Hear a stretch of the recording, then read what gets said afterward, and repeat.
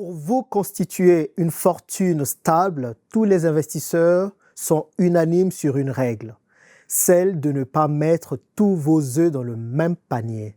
Eh bien, est-ce que vous savez que pour vous enrichir, vous avez seulement 4 piliers qui vous permettront d'atteindre cet objectif? Pas moins, pas plus, mais 4 piliers. Quels sont ces piliers? C'est ce que je veux partager avec vous dans cette vidéo en partageant exclusivement mes chiffres personnels et comment est-ce que je suis en train d'investir dans chacun de ces piliers afin de me constituer une fortune. Pour chacun de ces piliers, je vais vous dire quels sont les avantages d'investir dans ces piliers et aussi quelles sont les contraintes et comment contourner ces contraintes.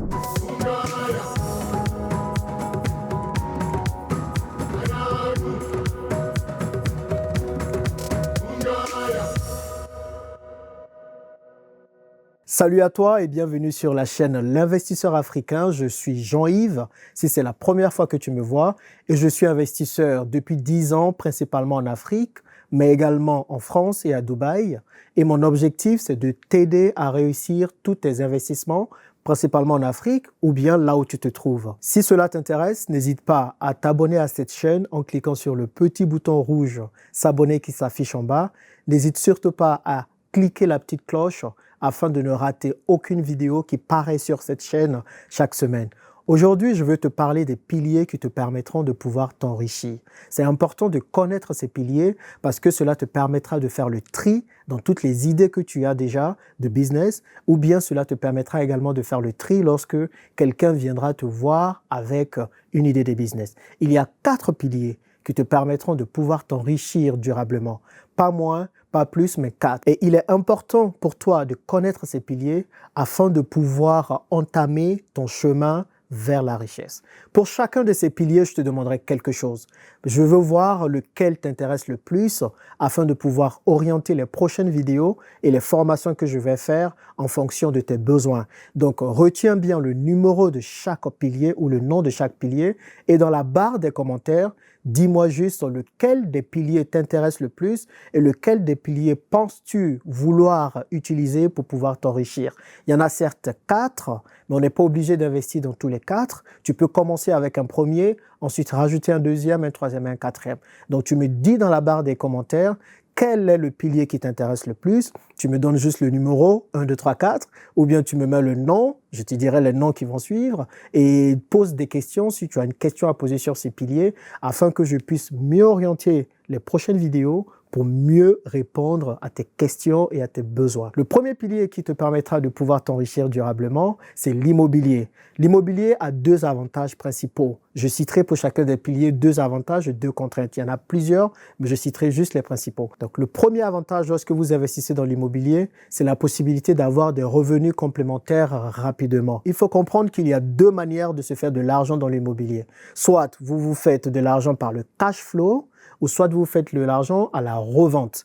Donc, c'est ce qu'on appelle la plus-value à la revente. Pour le cash flow, si vous faites une transaction bien comme il le faut, vous pouvez déjà, dès le premier mois, lorsque vous achetez votre bien immobilier, vous pouvez déjà avoir des revenus complémentaires. Le cash flow, c'est tout simplement la différence entre vos revenus locatifs et votre prêt bancaire si vous arrivez à prendre un prêt bancaire. Si vous n'arrivez pas à prendre un prêt bancaire, eh bien le cash flow, c'est réellement les revenus que vous allez avoir, moins toutes les charges et tout ce que vous allez avoir.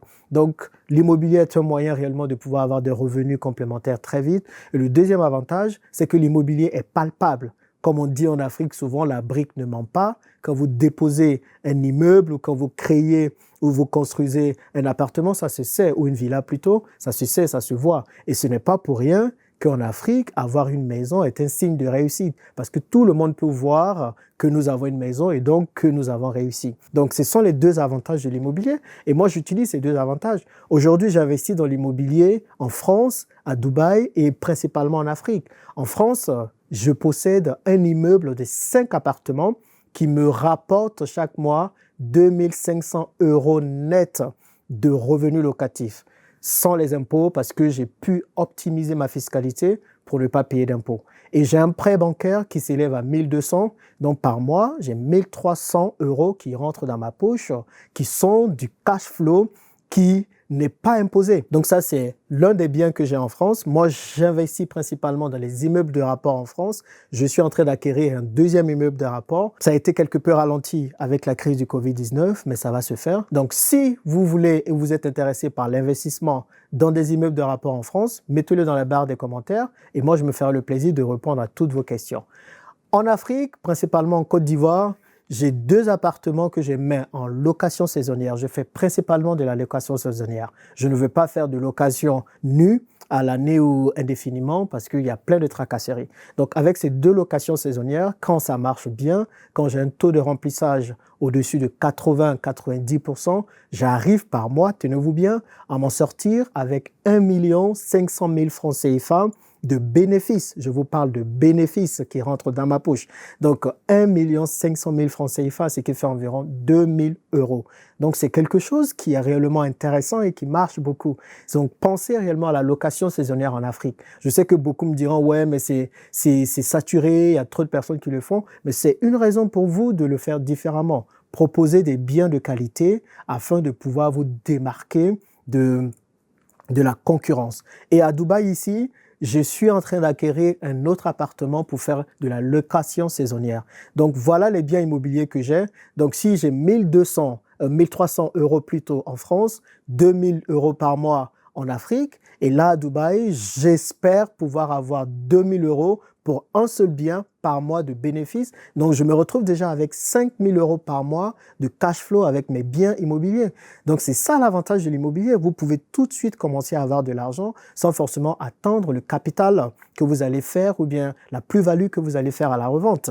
Donc, on gagne doublement. Je gagne avec les cash flow et je gagnerai également quand je vais revendre. Certainement, le bien prendra de la valeur et cela me permettra de pouvoir le vendre un peu plus cher afin d'avoir une plus-value sur cette vente. Donc, pensez à l'immobilier. Le deuxième pilier qui vous permettra de vous enrichir durablement, c'est la bourse. Je sais que le mot bourse fait peur à beaucoup d'Africains parce qu'ils n'y comprennent pas grand-chose et pensent que c'est compliqué. Eh bien, moi, c'est quelque chose que j'affectionne énormément. Je suis passionné de bourse et à mes temps perdus parfois, je fais du trading. Si vous êtes intéressé par la bourse et que vous voulez savoir comment ça marche, mettez 2 dans la barre des commentaires ou bien mettez tout simplement bourse ou posez la question sur la bourse que vous avez et je vais répondre. Restez surtout jusqu'à la fin parce que le 4e pilier vous permettra de pouvoir commencer sans trop de capitaux afin de pouvoir commencer à vous constituer une épargne. Les avantages de la bourse sont les suivants. Le premier, c'est que vous détenez des parts d'entreprise. La bourse, on peut arriver à investir dans la bourse de façon totalement passive, sans beaucoup d'efforts, et cela nous permet de détenir des entreprises ou des parts dans des entreprises à hauteur des actions qu'on a. Le deuxième avantage de la bourse, c'est de pouvoir épargner à des taux un peu plus élevés. Si vous vivez en France ou même un peu partout où vous êtes, vous allez voir que les livrets d'épargne qui vous sont proposés tournent autour de 1-2% de rentabilité ou de rendement par an. Avec la bourse, vous pouvez espérer par mois ou par an plutôt avoir des taux de rendement de 10%, voire plus, en fonction des actions ou de la stratégie que vous allez utiliser. Moi, aujourd'hui, j'ai 7 portefeuilles boursiers qui valaient en début de cette année plus de 70 000 euros. Avec la crise, ce portefeuille est descendu de 15%, donc j'ai perdu 15% de cette valeur aujourd'hui. Mes portefeuilles boursiers s'évalue à peu près un peu plus de 60 000 euros. Eh bien, c'est l'une des contraintes ou l'un des inconvénients de la bourse, c'est que ça peut être très volatile.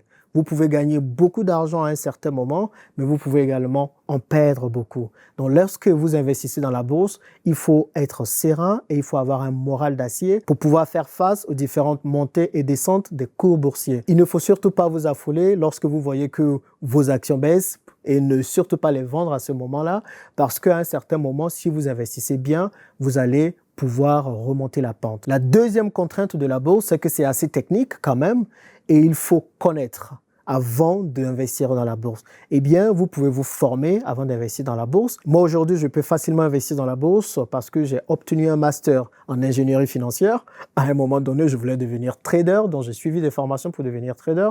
Et en plus de ça, j'ai suivi d'autres formations pour pouvoir facilement investir dans la bourse.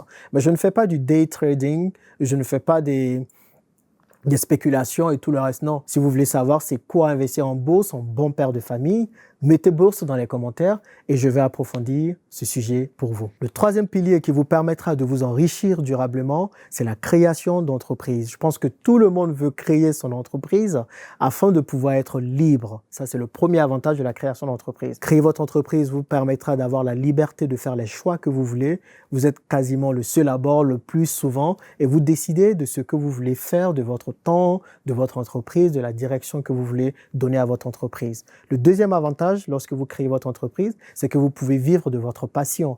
Généralement, on crée une entreprise parce qu'on est passionné de quelque chose. Quelqu'un qui est passionné d'agriculture va créer une entreprise dans l'agriculture. Pareil pour l'élevage ou pareil pour tout autre domaine pour lequel vous êtes passionné. Donc, ce sont les deux avantages de la création d'entreprise. Moi, aujourd'hui, j'ai créé pas mal d'entreprises tout au long de mon parcours d'investisseur. J'ai créé une entreprise de taxi qui a malheureusement échoué. Mais aujourd'hui, les entreprises qui marchent, j'ai créé récemment une entreprise de statistiques et de business en Côte d'Ivoire. En gros, c'est une entreprise qui permet aux entreprises, aux autres entreprises, de comprendre leurs chiffres d'affaires, de comprendre les clients, de voir ce qui marche, ce qui ne marche pas et de faire des recommandations afin d'augmenter le chiffre d'affaires. C'est une entreprise également qui permet de mieux cibler les clients afin d'augmenter le chiffre d'affaires. Ici à Dubaï, j'ai une entreprise de vente de voitures. En gros, est-ce que vous savez que les voitures sont moins chères à Dubaï qu'en Europe? Donc, il y a des personnes qui sont intéressées par des voitures, eh bien, ces personnes me demandent, me donnent le modèle de voiture qu'elles veulent. Et moi, je suis déjà en contact avec plusieurs showrooms, je suis en contact avec plusieurs dealers que je vais voir et je vous achemine via le port la voiture que vous voulez. Donc, si cela vous intéresse, envoyez-moi un email, vous trouverez le contact dans cette vidéo et nous allons voir comment est-ce que nous pourrons coopérer ensemble. Les inconvénients ou les contraintes de la création d'entreprise, le premier, c'est souvent le financement. Il est assez difficile de pouvoir obtenir un financement quand on crée son entreprise. C'est souvent le parcours du combattant d'obtenir le financement. C'est pour cela, lorsque vous êtes salarié, vous devez absolument épargner le maximum possible afin de pouvoir avoir le financement pour commencer votre entreprise. La deuxième contrainte, c'est que parfois, quand on devient entrepreneur, on se dit que les choses seront plus simples ou bien qu'on va avoir beaucoup plus de temps pour soi. Détrompez-vous. Parce qu'un salarié, il va avoir tendance à travailler 35 à 40 heures par semaine. Mais un entrepreneur, il ne compte pas les heures. Il peut lui arriver de travailler 60, 70 heures par semaine. Il travaille beaucoup. Ça peut être une contrainte. Donc, si vous vous ennuyez ou bien vous êtes très chargé au niveau du salariat et vous voulez quitter le salariat pour créer une entreprise, pour profiter de vos beaux jours, ne faites pas ça, absolument pas, parce que l'entrepreneuriat vous demandera de travailler beaucoup plus que le salariat. Donc pensez à cela, c'est une contrainte de la création d'entreprise.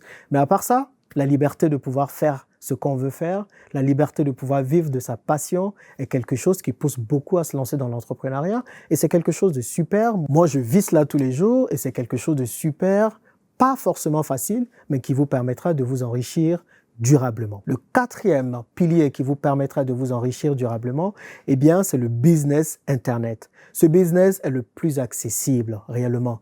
Avec juste une caméra et un microphone, ou même le microphone de votre caméra, vous pouvez commencer une chaîne YouTube qui va vous générer de l'argent si vous le faites bien et au fil du temps. Donc le business Internet a cet avantage-là, d'être facilement lançable, si ça se dit. Voilà, on peut facilement créer son business Internet et on n'a pas besoin de beaucoup de choses, pas besoin de beaucoup de capital au départ pour commencer la création de son entreprise. Le deuxième avantage, c'est qu'il n'y a pas de limitation géographique. Aujourd'hui, lorsque vous créez un business Internet, c'est le monde, votre cible. Même si vous devez créer votre niche, imaginez que vous faites une chaîne pour parler à des Africains, mais vous allez parler à des Africains qui sont dans le monde. Alors qu'à contrario, si vous créez un business physique, ou si vous créez par exemple un magasin, vous allez juste cibler les gens qui sont autour de ce magasin. Mais si vous lancez un site e-commerce, vous ciblez le monde entier et cela est tout bénéfique pour vous. Moi, les business Internet que je suis en train de lancer, c'est d'abord cette chaîne YouTube. Cette chaîne YouTube me permettra de pouvoir mieux vulgariser tous les autres business que je fais, de pouvoir réellement avoir des revenus complémentaires grâce à YouTube, je ne le cache pas. Cela est aussi quelque chose qui peut être très intéressant. Et le deuxième business Internet que je suis en train de lancer, ça va être un site e-commerce. Et le troisième, ça va être une agence digitale. Donc vous voyez, il y a plusieurs idées de business que vous pouvez lancer sur Internet. Et l'avantage, le gros avantage selon moi, c'est que vous n'avez pas besoin de beaucoup de capitaux pour vous lancer dans un début. Les contraintes d'un business Internet, c'est la concurrence. puisque c'est le monde votre cible, eh bien, il y a beaucoup de personnes qui font ce que vous faites. Donc, il y a beaucoup de personnes qui sont dans le même domaine que vous et desquelles il faut vous différencier. Cela demande d'avoir votre authenticité dans ce que vous allez faire et d'apporter de la valeur aux gens. Les gens sont prêts réellement à acheter votre produit si vous faites de l'e-commerce ou à acheter votre formation si vous faites de l'infoprenariat parce que les gens s'identifient à vous et parce que vous leur apportez de la valeur. Donc, une manière de se différencier sur Internet, c'est d'apporter de la valeur. La deuxième contrainte d'un business Internet, souvent les gens se plaignent du manque de contact humain. Il y a des gens qui ont besoin de l'humain, qui ont besoin de voir afin de croire, comme on le dit. Si vous lancez un site e-commerce en Afrique, par exemple, les gens ont du mal parce que les gens ne voient pas le produit, les gens ne touchent pas, les gens n'arrivent pas réellement à se faire une idée. C'est une des raisons pour lesquelles Jumia n'est pas allé bien loin, parce qu'on n'est pas encore habitué à tout commander en ligne sans voir ses produits. Donc, c'est quelque chose qu'il faut avoir en tête. Si vous avez, par exemple, un site d'e-commerce, ayez des actions sur le terrain, ayez des actions physiques afin de permettre aux gens de pouvoir réellement voir les produits que vous vendez et de pouvoir se faire de meilleures idées. Donc, voilà les 4 piliers qui vous permettront de vous enrichir durablement. Si vous êtes intéressé par le business Internet, comment lancer une chaîne YouTube, comment faire en sorte que votre site e-commerce décolle ou comment lancer une agence digitale, eh bien, mettez 4 dans la barre des commentaires ou mettez business Internet et je saurai que vous êtes intéressé par le business Internet et je ferai davantage de vidéos pour vous permettre de pouvoir exceller dans ce pilier. Encore, vous n'êtes pas obligé de commencer sur les 4 piliers en même temps. Vous commencez avec un pilier. Lorsque vous avez acquis assez de connaissances sur ce pilier, vous passez au deuxième et à chaque fois, vous ajoutez un pilier à votre arc. Merci de m'avoir suivi et on se retrouve dans la prochaine vidéo.